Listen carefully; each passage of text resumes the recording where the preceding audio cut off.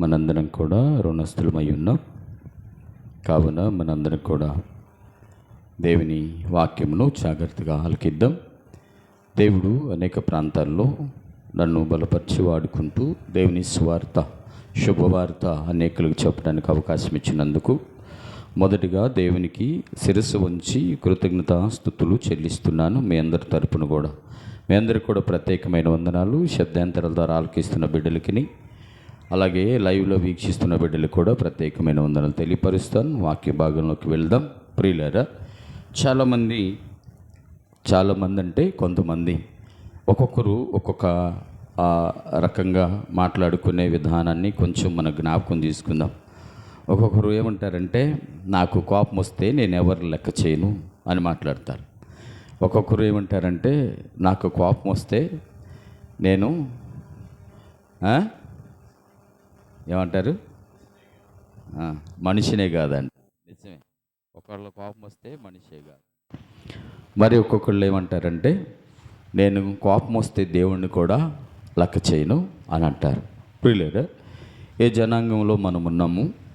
లేదు, నాలుగో జనాంగంగా ఉంటారంటే, దేవుడు చెప్పింది చెప్పినట్టు విని వారి బ్రతుకులను, వారి యొక్క స్థితిగతులను మార్చుకొని దేవునికి మహిమకరంగా, ఇతరులకి దీవెనకరంగా, అవును కదా, దేవునికి మహిమకరంగా, ఇతరులకి దీవెనకరంగా ఆ కుటుంబానికి వారు శాంతిని, సమాధానాన్ని సమకూర్చుకొని దేవునితో సంతోషంగా గడుపుతూ ఉంటారు. వీటిలో మనం ఎక్కడున్నామో ఆలోచించుకొని మరి ఒకసారి మనం కూడా మనల్ని మనం పరిశీలించుకుందాం. ఇక్కడ వాక్య భాగంలోకి వెళ్దాం. ప్రియులారా, వాక్య భాగంలోకి వెళ్ళి వాక్యాన్ని ఒకసారి ధ్యానం చేద్దాం. రండి. యెషయా గ్రంథములోకి ఒకసారి వచ్చినట్లయితే, యెషయా గ్రంథము 48వ అధ్యాయం ప్రభు చిత్తాన్ని బట్టి ఈ వాక్యాన్ని మీకు అందించడానికి మరి నేను ఇష్టపడుతున్నాను. ప్రభు చిత్తాన్ని బట్టి మాత్రమే ఈ వాక్యాన్ని నేను మీకు అందిస్తున్నాను. కానీ నా సొంత ఆలోచన కానీ నా సొంత ప్రయత్నం కానీ ఏమీ లేదు. ఒకవేళ అట్లా ఉన్న ఎడల దేవుడు నన్ను సరిచేయునుగాక. ఆమేన్. ప్రియులారా, జాగ్రత్తగా దేవుని వాక్యాన్ని విందాం. యెషయా గ్రంథము అలాగే 48వ అధ్యాయము 17వ వచనాన్ని ఒకసారి చూద్దామా? 17. నీ విమోచకుడును ఇశ్రాయేలు పరిశుద్ధ దేవుడునైన యెహోవా ఇలాగూ సెలవిచ్చుచున్నాడు, నీకు ప్రయోజనము కలుగునట్లు నీ దేవుడనైన యెహోవానగు నేనే నీకు ఉపదేశము చేయుదును. నీవు నడవలసిన త్రోవను నిన్ను నడిపించెదను. పరిశుద్ధుడైన తండ్రి, దయగలిగిన మా రాజా, మరొకసారి నీ పాద సన్నిధిలో ప్రార్థిస్తున్నాను. నీ దీనదాసుడను, అల్పుడను, అయోగ్యుడను ప్రభువా, నిజంగా పామరుడను నాయనా. ఇదిగో నా తండ్రి, ఈ పామరుడను పనికొచ్చే పాత్రగా చేసుకొని అనేక ప్రాంతాలలో ప్రభా నీ యొక్క పరిశుద్ధ లేఖనములో నుంచి నాయన నీ శుభవార్తను వెదజల్లే అయాదిగో నా తండ్రి భాగ్యాన్ని నాకు ఇచ్చారు.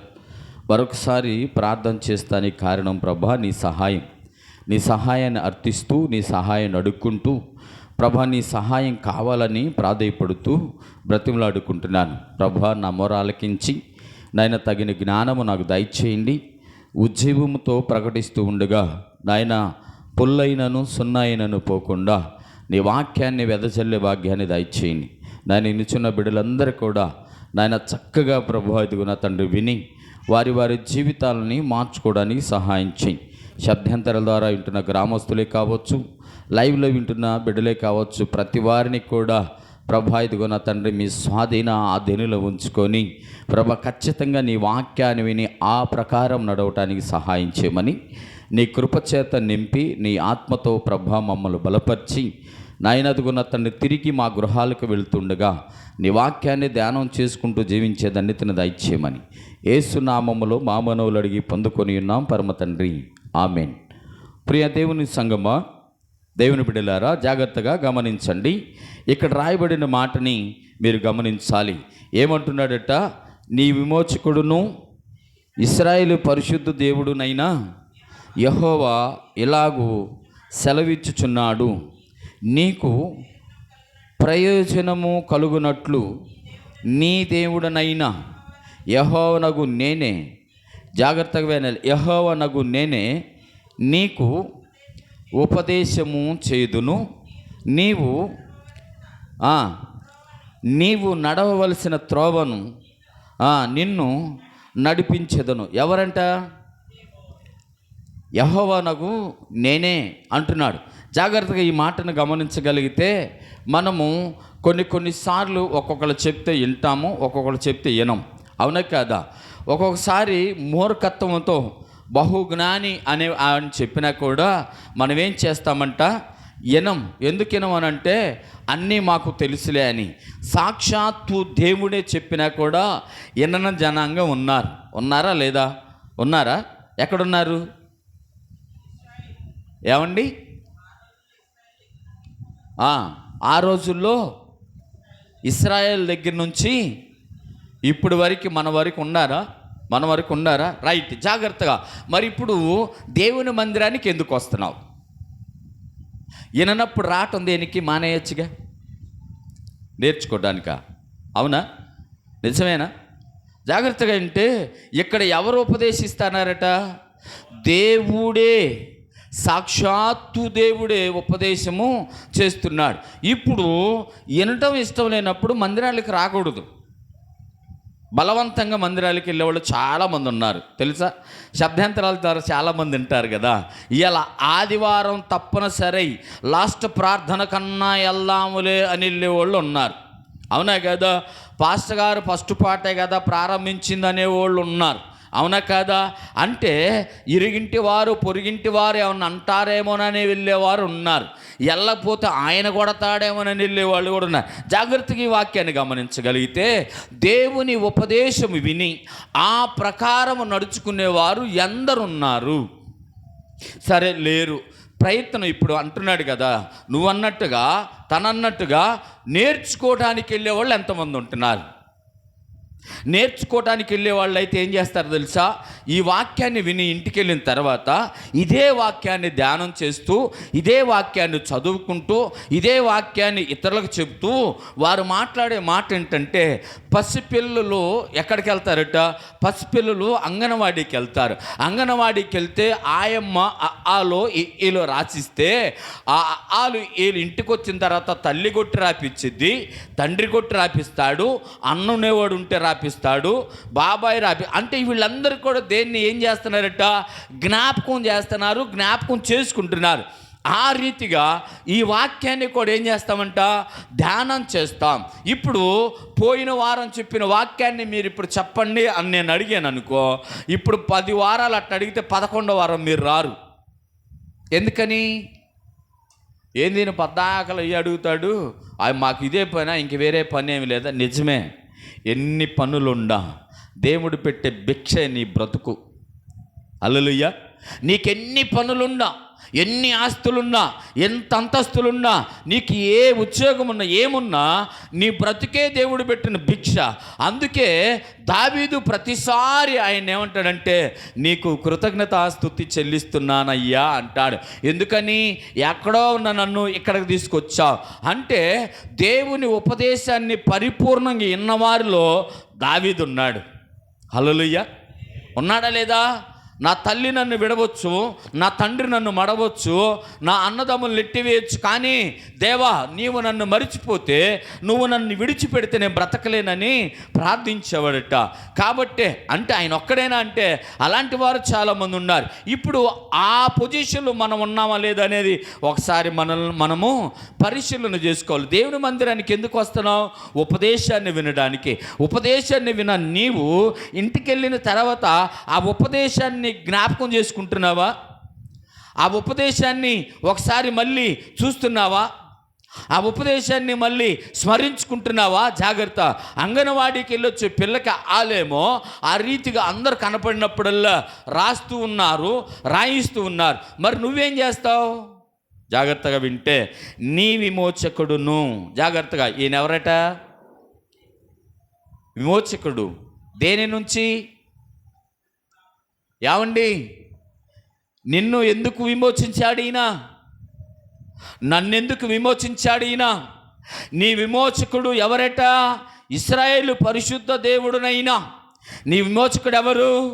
ఆషామాష మనమేం చెప్తాం? ఏదన్నా సందర్భంలో మాట్లాడితే ఈయన రాబట్టి నేను అక్కడి నుంచి బయటపడ్డా, ఈయన వచ్చి నన్ను విడిపించాడు. అసలు సమస్తమైన పాపముల్లో నుంచి విడిపించటానికే తండ్రి అయిన దేవుడు, కుమారుడు అయిన క్రీస్తు కలిసి పూనుకుంటే తప్ప నువ్వు బయటపడలేదు.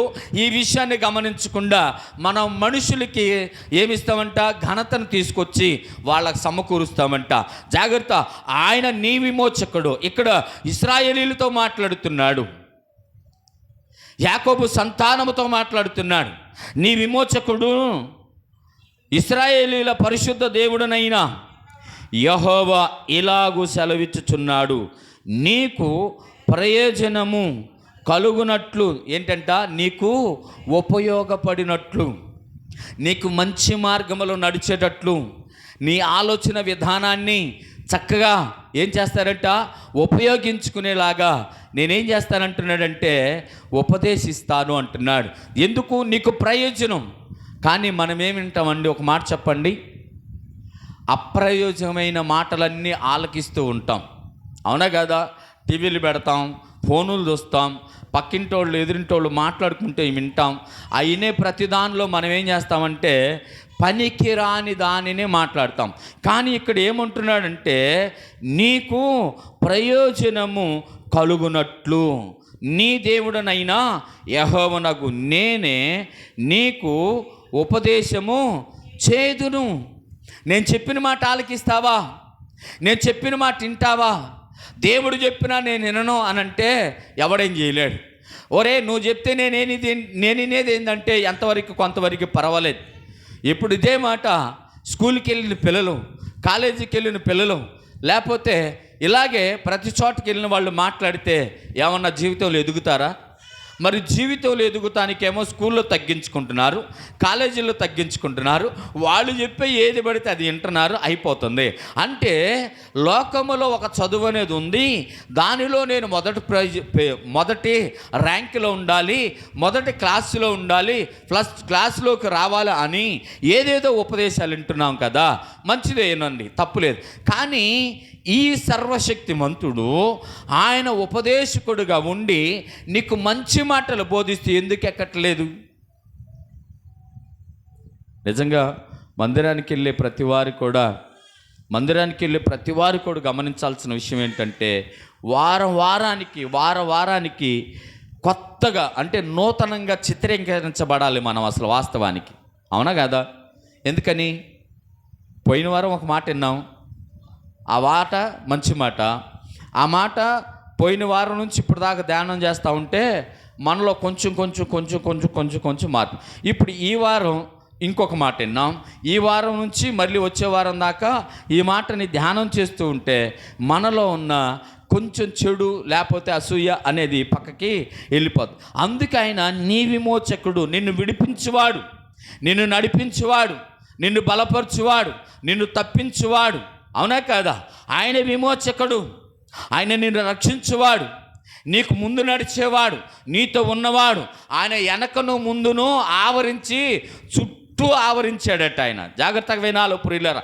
ఆయనే విమోచకుడు. ఆయన విమోచకుడు ఎలా ఉంటాడంటే చుట్టూ నిన్ను ఆవరించి నడిపించే దేవుడు ఆయన. అలాంటి దేవుడు చెప్పేటప్పుడు వినకపోతే ఇంకా మనము మందిరాలకు వచ్చినా రాకపోయినా ఒకటే, వాక్యం చెప్పినా చెప్పకపోయినా ఒకటే, పాటలు పాడినా పాడకపోయినా ఒకటే.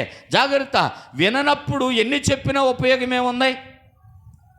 ఇప్పుడు తండ్రి ఏమంటాడు ఒక వాడికి, ఏమండి ఆడికి ఎన్ని చెప్పినా వాడు వినడండి, వాడికి దొన్నపోతు మీద వానబడినట్టే. ఎట్టాగే మాట్లాడేది మనం, దొన్నపోతు మీద వానబడినట్టేనండి ఆడికి చెప్తే, లేకపోతే చెవిటోడు చెవిలో శంఖం వదినట్టేనండి. అంటే ఎంత చెప్పినా వినని వాడికి, ఎంత చెప్పినా మారని వాడు ఇంకా వచ్చి మంచివారు అనిపించుకోవటం కన్నా, ఈ మాటకు అర్థం మీకు చూపిస్తాను. ఇక్కడ 48వ అధ్యాయంలో మొదటి వచనాల్లో చూడండి, ఇక్కడ ఒక మాట రాయబడి ఉంటుంది, మొదటి 1-2లో ఉంటుంది. అటువంటి ఈ మాట ఎందుకో గుర్తొచ్చింది. యాకోబు వంశస్థులై ఇశ్రాయేలు అను పేరు కలిగిన వారులారా, యోదా జలములలో నుండి బయలుదేరి వచ్చిన వారై యెహోవా నామముతోడని. ఈ మాటలు జాగ్రత్తగా వినాలి, మీరు చదువుకోవాలి, అండర్లైన్ చేసుకోవాలి. ప్రమాణం చేయొచ్చు,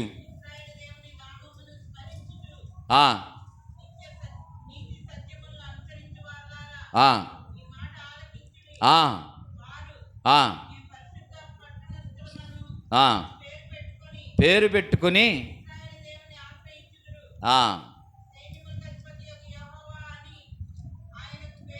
చాలు చాలు జాగ్రత్తగా వినాలి ప్రియులారా.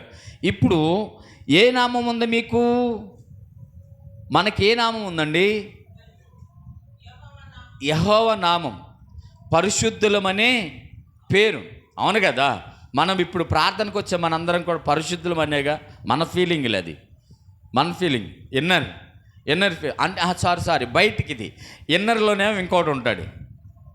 బయటికి ఇది పరిశుద్ధులమని మనం బాగా అసలు మనం ఇంకా దాని గురించి చెప్పలేము అన్నమాట. మనం అన్నా పోనీ నన్నే అనుకోండి, పరిశుద్ధులు అని బిల్డప్ ఇచ్చి ఏంది లోపల ఇంకొకడు ఉంటాడు. ఆడెవడు? అసలోడు ఆడు. దేవుణ్ణేం కొసరోడిని చేస్తాం, అసలోడినేం ఆడిని పెడతాం. అంటే జాగ్రత్తగా వినాలి. పరిశుద్ధులమనే పేరుంది, పరిశుద్ధ నామాన్ని పెట్టుకుంటాం, నీతిని అనుసరిస్తాం, అన్నీ బాగానే ఉంటాయి. కానీ ఆయన చెప్పిన మాటను మాత్రం ఆలకించరు అని అనుకుని బ్రతుకుతున్నాం. ఇప్పుడు అలా బ్రతికే మనతో ఈయన మాట్లాడుతున్నాడు ఏంటంటే, ఇప్పుడు ఆయన విమోచకుడు అనేది ఒకటి ఉంది, తర్వాత ఏంటంటే పరిశుద్ధ దేవుడు అనేది ఒకటి ఉంది, తర్వాత ఏమంటున్నాడు కదా, ప్రయోజనకరమైన ఉపదేశము చేస్తానంటున్నాడు. తర్వాత ఏమంటున్నాడు, నీవు నడవలసిన త్రోవను నిన్ను నడిపించుదును. ఇప్పుడు ఈయన ఎందుకు ఉపదేశిస్తాడు? ఏమని ఉపదేశిస్తాడు? మంచేదో చెడేదో తెలియపరుస్తాడు, ఏ మార్గంలో వెళ్ళాలో నడిపిస్తాడు. ఇప్పుడు ఆయన నా మాట వింటే మంచిది అని అంటాడు. ఇప్పుడు నేను ఒక మాట అడుగుతాను. ఇశ్రాయేలు ఐగుప్తు నుంచి బయటకు వచ్చారా? బయటకు వచ్చిన తర్వాత పాలు తేనెలు ప్రవహించే దేశానికి వెళ్ళాల్సిన రోజులెన్ని? 40 రోజులు. మరి ఎన్ని సంవత్సరాలు తిరిగారు వాళ్ళు? 40 సంవత్సరాలు. జాగ్రత్తగా వినాలి ఈ మాట. 40 రోజుల్లో వెళ్ళాల్సిన వాళ్ళు 40 సంవత్సరాలు ఎందుకు తిరిగారు? 40 సంవత్సరాలు తిరిగిన తర్వాత పాతోడు అనేవాడు ఎవ్వడు వెళ్ళలేదు, కొత్తోళ్ళు వెళ్ళారు. కారణం ఏంటి? ఏమండి, అర్థమవుతుంది మీకు? నేను అన్నది అర్థమవుతుందా? 40 రోజుల్లో వెళ్ళాల్సిన వారు 40 సంవత్సరాలు తిరిగారు. 40 సంవత్సరాలు తిరిగినా కూడా పాతోళ్ళలో 2 మాత్రమే వెళ్ళారు. మరి మిగతా వాళ్ళు బయలుదేరిన జనాంగం 20 లక్షల మంది అంటున్నారు. అంతమంది బయలుదేరి అక్కడికి వచ్చిన తర్వాత కొత్తవారు మాత్రమే వెళ్ళారు. పాతోళ్ళు వెళ్ళకపోవడానికి కారణం ఏంటి? ఇది మన గుణపాఠమే. జాగ్రత్తగా వినాలి. ఎందుకనంటే వీరికి అవిధేయత ఎక్కువ, అపనమ్మకం ఎక్కువ, విశ్వాసం లేదు, అవిశ్వాసులు అయి ఉన్నారు, భయం ఎక్కువ, ఆయన ఉపదేశాన్ని వినలేదు.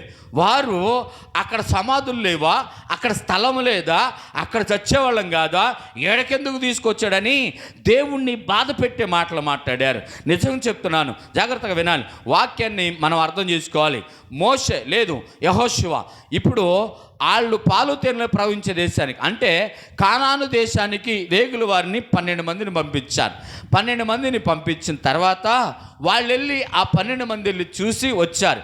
వచ్చిన తర్వాత 10 మంది మాత్రం నెగిటివ్గా చెప్పారు. అంటే భయపడేటట్టు చెప్పారు, దడుచుకునేటప్పుడు చెప్పారు, పారిపోయేటట్టు చెప్పారు, పడిపోయేటట్టు చెప్పారు. 10 మంది ఏం చెప్పారంటే, వాళ్ళు చాలా ఎత్తుంటారు, మన వాళ్ళ దృష్టికి మిడతల్లాగా ఉన్నాం, మా దృష్టికి మేము కూడా మిడతల్లాగే ఉన్నాం, వాళ్ళు అంత భయంకరులు ఉన్నారు, అమ్మో ఆ జనాన్ని గెలవటం మనోళ్ళ కాని పని అని వాళ్ళు చెప్పాల్సిన రీతిలో చెప్పారు. 2 మాత్రం ఏమన్నారంటే, వాళ్ళు ఈజీగా కొట్టేస్తా అన్నాడు. జాగ్రత్త, 100 మందిలో 98 మంది 100 మందిలో 98 మంది నమ్మకుండా 2 నమ్మితే దానికి అర్థం ఏంటి? ఇప్పుడు ఎంతమంది దేవుణ్ణి విశ్వసిస్తున్నారు? ఇక్కడున్న కొంతమందిలో ఎంతమంది దేవుణ్ణి ఈ రీతిగా విశ్వసిస్తున్నారు? ఒకసారి ప్రశ్న. జాగ్రత్త, ఇది అయిద్దా కాదా, ఏమో తలపెట్టాం, ఏమో దేవుడు అనేవాడు ఉంటే చేస్తా, దేవుడు అనేవాడు ఉంటే చేస్తా, లేతలేదు. అంటే నీకు ఏదన్నా పని కాకపోతే దేవుడు అనేవాడు ఉంటే చేస్తాడు, లేతలేదు. పని అయితే దేవుడు చేశాడు, కానీ దేవుడే చేస్తాడు. ఆమె దేవుడే చేస్తాడని ముందుకెళ్ళిన వాడు ఖచ్చితంగా ఆ ఇద్దరిలో ఒకడై ఉండాలా. హల్లెలూయా. జాగ్రత్తగా వినాలి ప్రియులారా.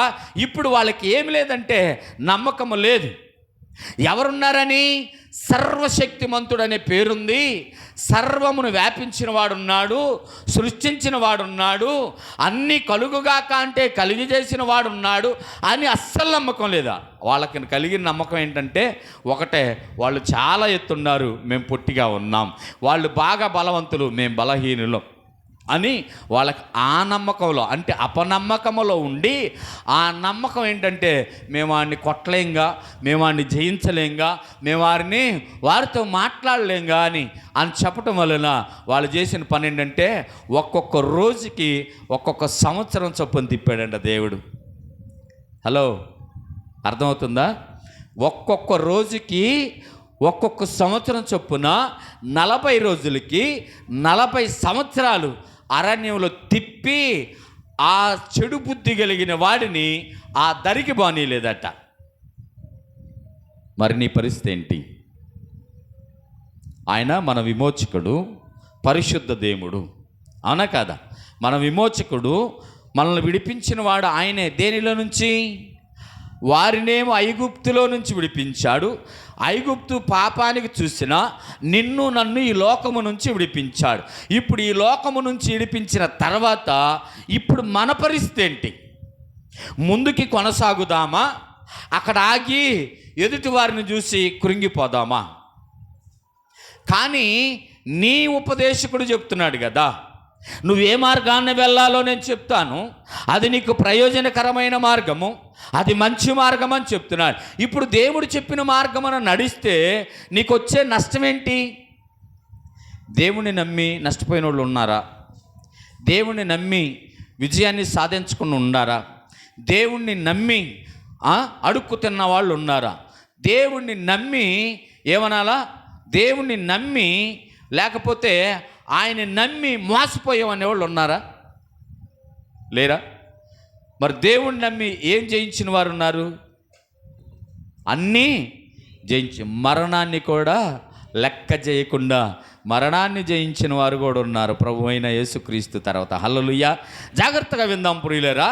ఇప్పుడు మనం ఆలోచించాల్సిన విషయం ఏంటంటే, ఆయన చెప్పినా కూడా వినని వారు ఎవరట? ఐగుప్తులో ఆ రోజు ఐగుప్తు నుంచి వచ్చిన ఇశ్రాయేలు. మరి ఈ రోజున ఎవరున్నారట? నిర్లక్ష్య స్వభావము కలిగిన వారు, దేవుణ్ణి లెక్క చేయని వారు. దేవుణ్ణి కూడా నేను లెక్క చేయను.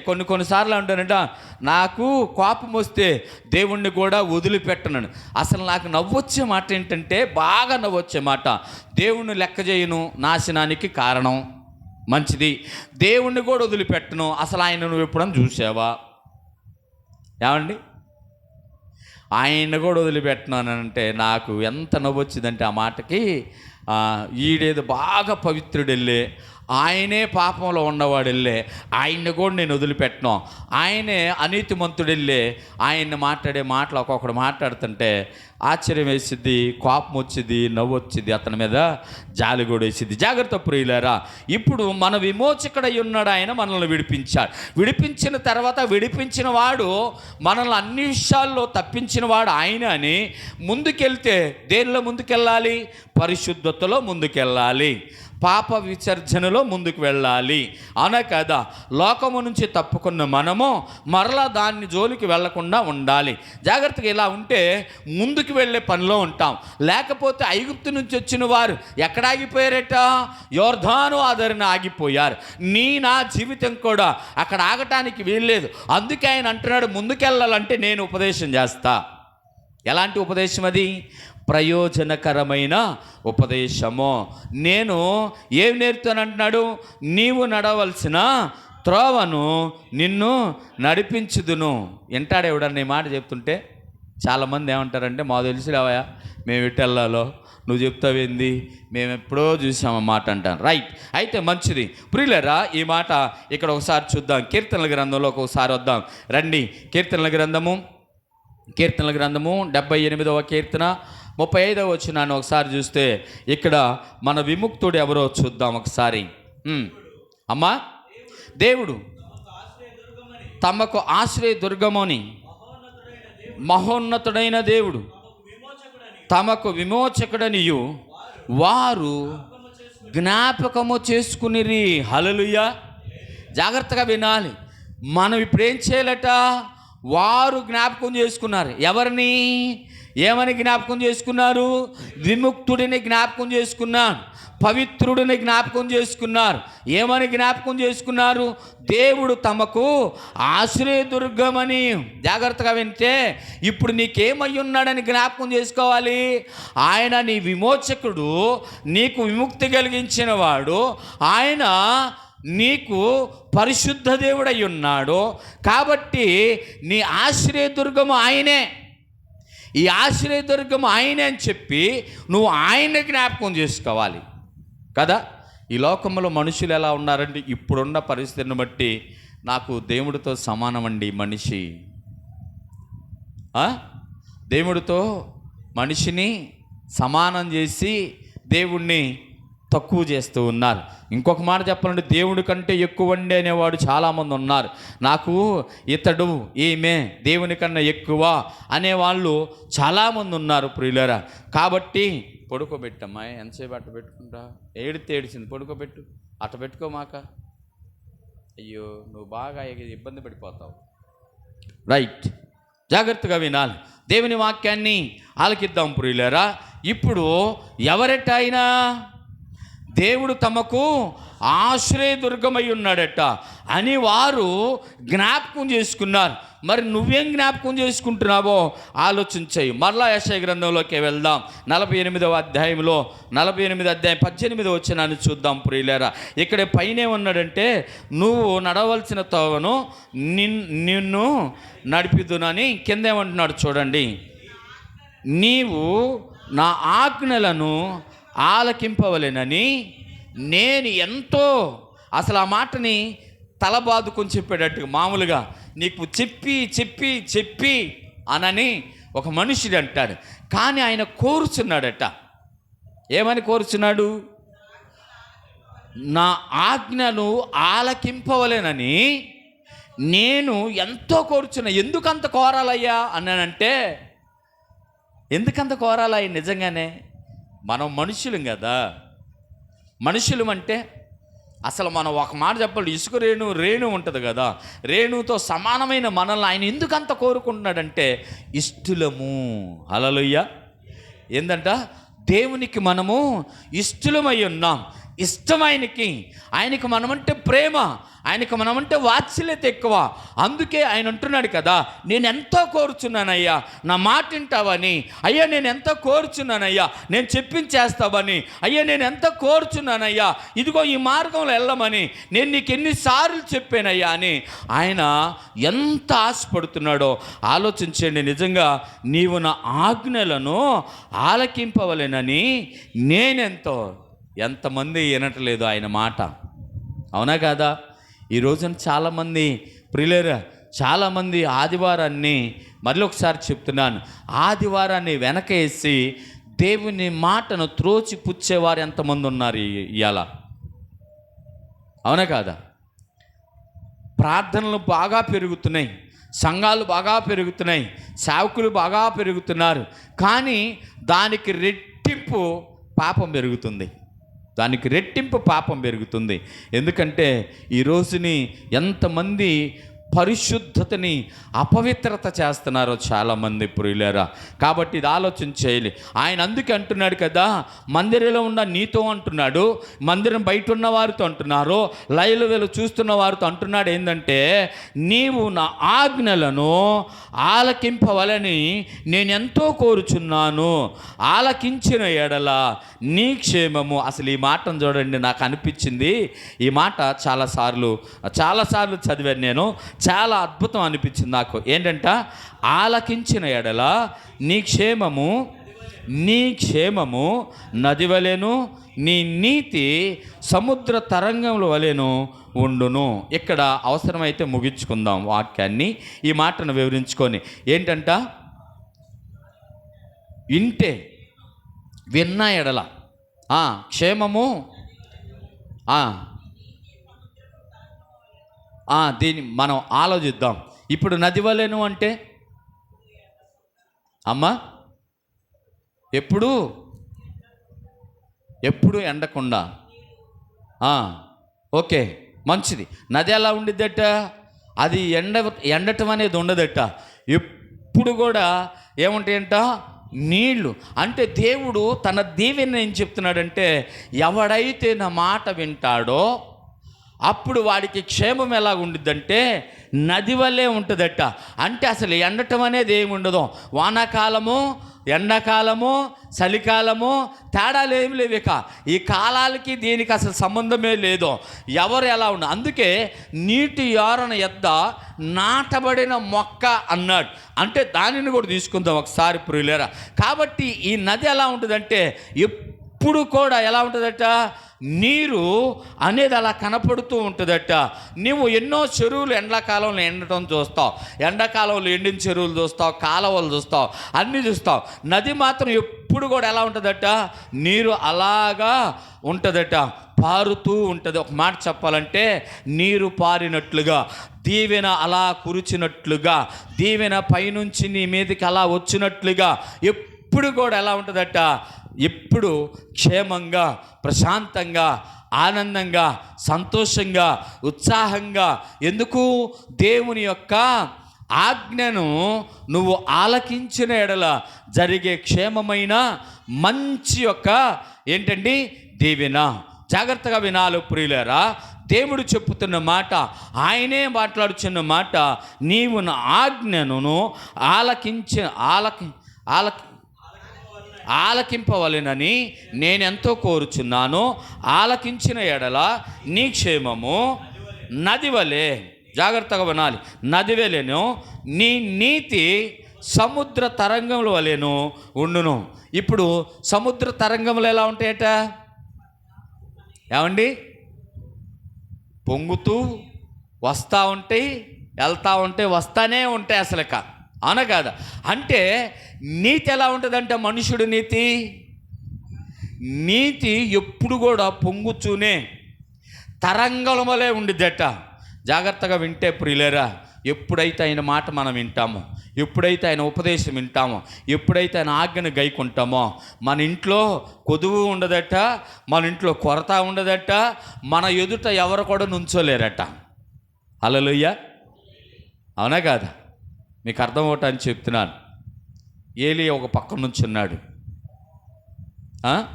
బయల ప్రవక్తలు ఒక పక్క నుంచి ఉన్నారు. ఎవరు ఎక్కువ ఉన్నారు ఏమ్మా? బయలు ప్రవక్తలు ఎక్కువ ఉన్నారు. ఇప్పుడు వారి తరపునే ఇశ్రాయేలు కూడా ఉన్నారు. ఎవరి తరపున? బయలు ప్రవక్తల తరపున ఇశ్రాయేలు కూడా ఉన్నారు. కానీ నీతి గల్లవాడు ఒక్కడు మాత్రం ఎవరికి భయపట్ల అందరిని ఛాలెంజ్ చేస్తున్నాడంట. ఎప్పుడైనా సరే హలో అంటున్నాడంట, అక్కడ కలుసుకుందాం రండి దమ్ముంటే అన్నాడంట. హల్లెలూయా. అందుకే అన్నాడు, రోషము కలిగిన క్రైస్తవుడా, నువ్వు రోషం కలిగిన వాడివైతే, నీతిని అనుసరించిన వాడివైతే ఎవరికి భయపడవు. నువ్వు యథార్థవంతుడివైతే, సత్యమును పలుకువాడివైతే, సత్యమును నేర్చుకునేవాడివైతే దేనికి భయపడవు. ఎలాంటి విపత్తులు వచ్చినా, ఎలాంటి కష్టాలు వచ్చినా, ఎలాంటి నష్టాలు వచ్చినా, ఎలాంటి అపజయాలు వచ్చినా కూడా అపజయములు కూడా విజయములాగా పోరాడతావు. హల్లెలూయా. జాగ్రత్త. మీరు గమనించాల్సిన విషయం ఏంటంటే, ఎప్పుడైతే నీతిని అనుసరిస్తామో అప్పుడు మనం ఎవరికి కూడా భయపడాల్సిన అవసరమే లేదంట. నిజమే కదా. యథార్థవంతుడు ముందు తప్పు చేసిన వాడు నుంచుంటాడా? నుంచోలేడు. ఒకవేళ నుంచున్న తల కిందకు ఉంటుంది, మాట ఏమో పైకి వెళ్తూ ఉంటుంది, తల మాత్రం కిందకే ఉంటుంది. నేను ఇలాగ అనుకోలేదు. జాగ్రత్తగా వినాలి. ఇక్కడ ఎవరిని నువ్వు వెంబడిస్తున్నావు? మందిరానికి ఎందుకు వస్తున్నావు? దేవుని ఉపదేశం వినటానికి. ఉపదేశం విన్నా నువ్వు ఎలా ఉండాలి? నీతిని అనుసరించాలి. నీతిని అనుసరించే నువ్వెలా ఉంటావు? పౌరుషం కలిగి ఉంటావు. ఎవరికి భయపడవు. ఆ తీరులో, ఆ రీతిలో ఉంటే మనం మంచిది. జాగ్రత్త ప్రియులారా. సేవకులు, విశ్వాసులు, అవిశ్వాసులు, మనుషులు అనబడిన వాడు ఎవరైనా కూడా నేర్చుకోవాల్సింది దేవుని ఉపదేశం విని ఆ ప్రకారముగా ఆయన మాటలను ఏం చేయాలంట?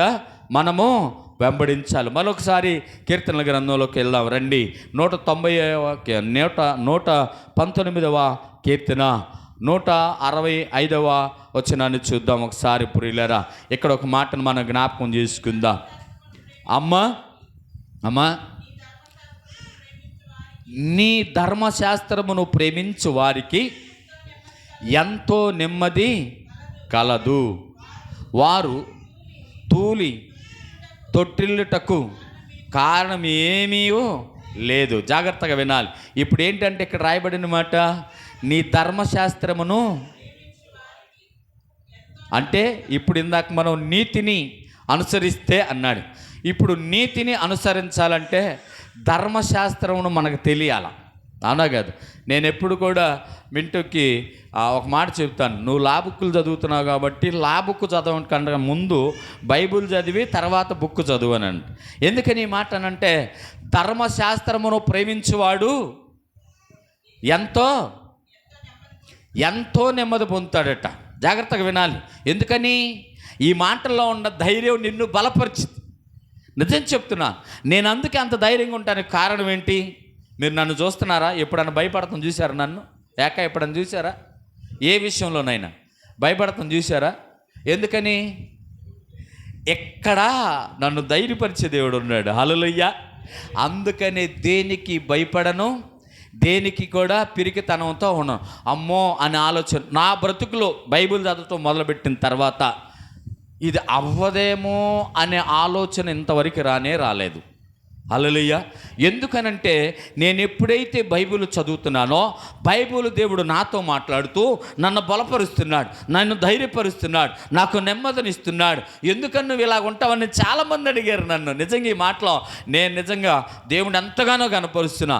నన్ను అడుగుతారు చాలామంది, ఎందుకని నువ్వు ఎప్పుడు ఇలాగే ఉంటావు, నీకు అసలు భయం ఉండదా అంటే నేను ఒకటే మాట అడుగుతాను, నేను భయపడి చేయగలిగింది ఏమన్నా ఉంటే చెప్పండి. ఏమండి? నేను భయపడి చేయగలిగింది ఏమన్నా ఉంటే చెప్పండి. నేను బాధపడి చేయగలిగింది ఏమన్నా ఉంటే చెప్పండి. నేను ఏడ్చి చేయగలిగింది ఏమన్నా ఉంటే చెప్పండి. జాగ్రత్త. బైబిల్లో చెప్తున్న మాట ఏంటంటే, నువ్వు ఏడ్చినంత మాత్రాన తలలో ఒక ఎంట్రుకను కూడా, బాధపడినంత మాత్రాన ఒక ఎంట్రుకని తెల్లగాను చేయలేవు, ఒక ఎంట్రుకని నల్లగాను చేయలేవు. పెయింట్ చేయొచ్చు అంటే ఈ కట్టుకథలు చెప్పొద్దు, అది ఆర్టిఫిషియల్. అలా కాదు, ఒరిజినల్గా చెప్పగల. అంటే చెయ్యలేని ఒక ఎంట్రుకను కూడా ఏమీ చేయలేను నాకు, నేను ఇంక భయపడేం చేయాలా?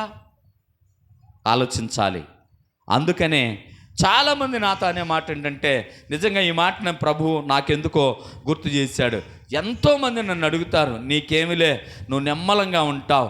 కొంతమంది సేవకులు అన్న మాట ఏంటంటే, అన్న ఇలా ఉంటావు కదా నువ్వు, మరి ఎలాగంటే నాకు దేవుడిస్తాడంటే, వాళ్ళు కూడా అనేమాట నీకు దేవుడిస్తాడు అని అంటే నేను అన్నాను, మరి మీకెవడిస్తారు అని అడిగితే మాకు కూడా దేవుడు ఇస్తాడు అనుకో అంటే నువ్వు ఎక్కడున్నావు ఇప్పుడు కదా? జాగ్రత్తగా అనుకోవటం ఏంటి? నిజమే, అది వాస్తవం. అది ఆయన ధర్మశాస్త్రాన్ని ఉపదేశించువాడు. చూడు నీ ధర్మశాస్త్రమును ప్రేమించు వారికి, అది సంగతి. నువ్వు దేనిని ప్రేమిస్తున్నావు? లోకంలో ధనాన్ని ప్రేమించావా? నీకు నెమ్మది ఉండదు. భార్య బిడ్డలను ప్రేమించావా? నెమ్మది ఉండదు. నిజంగా చెప్తున్నాను. ఈ రోజున ఎంతోమంది నా దగ్గరికి వచ్చి కూర్చొని ఏడుస్తున్నారు. అయ్యా మావాడు ఇలా చేస్తున్నాడు, మావాడు అలా చేస్తున్నాడు అయ్యా అంటే, మా అమ్మాయి ఇలా చేస్తుందనంటే ఏమ్మా అంటే కారణం ఒకటే, అధికమైన ప్రేమ. దేనివల్ల ఏడుస్తున్నారట? దేనిని ప్రేమిస్తున్నారు వాళ్ళు? ధర్మశాస్త్రాన్ని కాదు, దేవుడిచ్చిన బిడ్డలను, ఆ బిడ్డలను వాళ్ళే సంపాదించుకున్నట్లుగా ప్రేమించి ఏం చేస్తున్నారట? ఏడుస్తున్నారు. ఇప్పుడు బైబిల్ ఏం చెప్తుంది? నీ ధర్మశాస్త్రమును ప్రేమించువాడు ఎంతో నెమ్మది పొందుతురు. తర్వాత వారు, జాగ్రత్తగా, వారి తూలి తొట్టిల్లుటకు కారణం ఇంకేమీ లేదంట. జాగ్రత్తగా వినాలి ప్రియులారా. ఇక వారు తూలి తొట్టిల్లటానికి కారణమేమి లేదు. ఇక జాగ్రత్త గమనించగలిగితే మనం తోలడానికి తొట్టిల్లటానికి దేవుడు ఇష్టపడ్డు, మనల్ని బలపరచడానికే. కాబట్టి ఈ విషయాన్ని గమనించండి. అందుకే చెప్తున్నా, ఆయన నీతిని మనం ఎప్పుడైతే అనుసరిస్తామో, మనం ఎప్పుడైతే నీతిమంతులుగా ఉంటామో, అప్పుడు ఎలా ఉంటామంటే నది వలె నిత్యము పారతానే ఉంటా. అంటే నిత్యము దేవుని యొక్క చిత్తం, నిత్యము దేవుని ఆశీర్వాదం మనకు ఉంటుంది. మనం కూడా అలాగే ఉంటామంట. ఎండాకాలంలో ఎండి వానాకాలంలో తడిసి అలా కాదు. అంటే మీకు అర్థమవుతుందా? మన బ్రతుకులు పని చేసుకున్న రోజు తిని పని చేసుకున్న రోజు లేదు అని అనకుండా ఎప్పుడైతే నీతిని అనుసరిస్తామో అప్పుడు నువ్వు ఎప్పుడు దేవుడు నిన్ను పోషిస్తూనే ఉంటాడట, ఎప్పుడు నిన్ను అలాగే ఉంచుతాడంట. అందుకేగా అంటున్నాడు, అమ్మా నాకు ఒక అప్పం తీసుకొచ్చి అన్న తర్వాత, అయ్యా లేదయ్యా చిన్నదే ఉంది, అబ్బాయికి నాకు చేసుకొని తిని చచ్చిపోదు. కాదులే ముందెళ్ళా హృదయశ్రీ అనగానే సరే అయ్యండి. మరి తీసుకొస్తే తర్వాత ఏమైందంట? ఏమైంది? బుడ్డిలో నూనె అయిపోలేదంట, తొట్టిలో పిండి అవ్వలేదు. ఎందుకని? ఏం పని చేసిందామా? ఏ కోతకెళ్ళింది? ఏ కుప్పేసింది? ఏ ఫ్యాక్టరీలో పనికి వెళ్ళింది? జాగ్రత్తగా ఆలోచించాలి. ఏ ఇంట్లో పాచి పనికి వెళ్ళింది? ఎవరండి? సారేపతులో ఒక విధవరాలు. ఆ విధవరాలు ఒక్కతే బతికిందా? కుమారుడు ఒక్కడే బతికాడా? కాదు. తనతో ఎంతమంది ఉంటే అంతమంది 3.5 సంవత్సరాల్లో ఏమీ ఎండిపోలేదంట. దయచేసి గమనించండి ప్రియులారా. ఎందుకంటే ఆమె ఆయన ధర్మశాస్త్రాన్ని ప్రేమించింది, కౌగిలించుకుంది. ఆయన మాటలను, సేవకుడి మాటలను ఆమె ఏం చేసిందంట? చెప్పింది చెయ్యమ్మా అన్నాడట. చెప్పింది చెయ్యమ్మా అంటే చెప్పింది చెప్పినట్టు చేసింది. ఇప్పుడు ఏమిందామా? సేవకుడు ఉపదేశమును వింది, దేవుని ఆజ్ఞను గైకొనింది. హల్లెలూయా. జాగ్రత్త. మరి నీ పరిస్థితి ఏంటి? ఎందుకని నీ ఇంట్లో సరిగ్గా నూనె ఉండట్లేదు? ఎందుకని నీ ఇంట్లో సరిగ్గా బియ్యం ఉండట్లేదు? ఎందుకని నీ ఇంట్లో సరిగ్గా వస్తువులు ఉండట్లేదు? ఎందుకని ఇరుగింటికి పొరుగింటికి పోయి తెచ్చుకుంటున్నావు అని అంటే ఇక్కడ నువ్వు చేసే పని ఒక్కటే, దేవుని నీతిని అనుసరించట్లేదు, ఆయన ఉపదేశమును పాటించట్లేదు, ఆయన ధర్మశాస్త్రాన్ని ప్రేమించట్లేదు. అర్థమవుతుందా? మరి ఎందుకని? ఏం చేసిందని ఆమె? ఏం చేసింది ఆయన? సరే, ఏలి ఏం చేశాడు అక్కడ? వాళ్ళిద్దరే ఏమన్నా పనికి వెళ్ళారా? ఆయన రోజు చెట్లు కొడతానికి వెళ్ళాడు ఏంది? వెళ్ళలేదు కదా.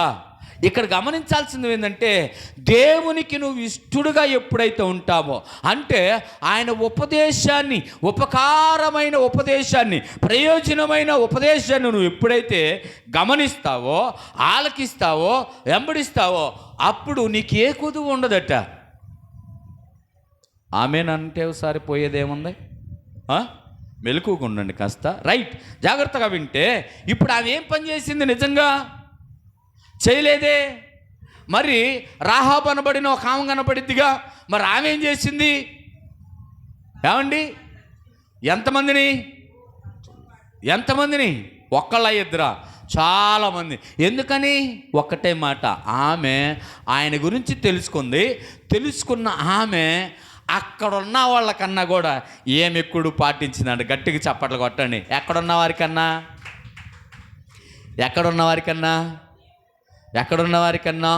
ఆ గుంపులో ఉన్నవారు చాలామంది. ఏ గుంపులో? ఇశ్రాయేలు అనబడిన గుంపులో ఉన్నవారు చాలామంది చేయని పని ఆమె చేసింది. ఈ రోజున మందిరములో ఉన్నవారికన్నా కూడా, మందిరము బయట ఉన్నవారు కూడా ఒకవేళ ఇలా చేస్తున్నారేమో ఆలోచించండి. ఇప్పుడు ఏ గుంపులో ఉన్నావు నువ్వు? దేవుణ్ణి స్తుతించే గుంపులో ఉన్నాం కదా. దేవుణ్ణి స్తుతించే గుంపులో ఉన్న మనము పాటించకుండా దేవుణ్ణి స్తుతించని గుంపులో అనగా బయటుండి ఆలకించేవారు ఒకవేళ ఇలా చేస్తే ఇప్పుడు ఎవరు దీవించబడతారు? ఎవరు దీవించబడతారు? బయట ఉండవాళ్ళే. రాహాబు అనబడేమో ఆమె ఏడుంది? బయట ఉంది. అసలు ఆమె ఊరికి కూడా బయటే ఉందంట. ఈ మాటను గమనించండి. ఏడ బయట ఉంది? ఇశ్రాయేలీలకు బయటే ఉంది, ఊరికి కూడా బయటే ఉంది. ఆ బయట ఉన్న ఆమెని ఇంట్లోకి తీసుకొచ్చి పెట్టాడు ఆయన. గట్టిగా చెప్పట్లు కూడా ఒకసారి. జాగ్రత్త ప్రియులారు. మరి నీ పరిస్థితి ఏంటి?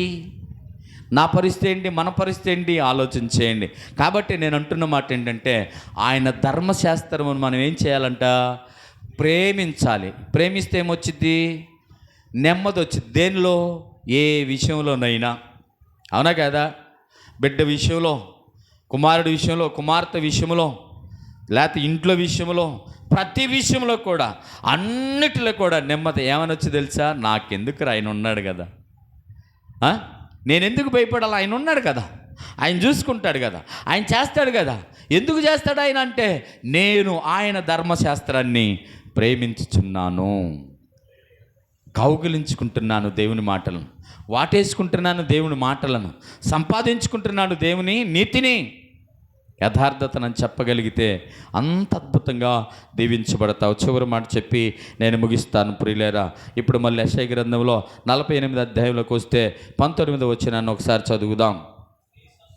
నీ సంతానము ఇసుక వలె విస్తారమగును, నీ గర్భఫలము దాని రేణువుల వలె విస్తరించును, వారి నామము నా సన్నిధి నుండి కొట్టివేయబడదు, మరువబడదు. హల్లెలూయా. జాగ్రత్తగా వినాలి. ఇంకిది మన ముగింపులోకి వెళ్ళాం ప్రియులారా. ఏమంట?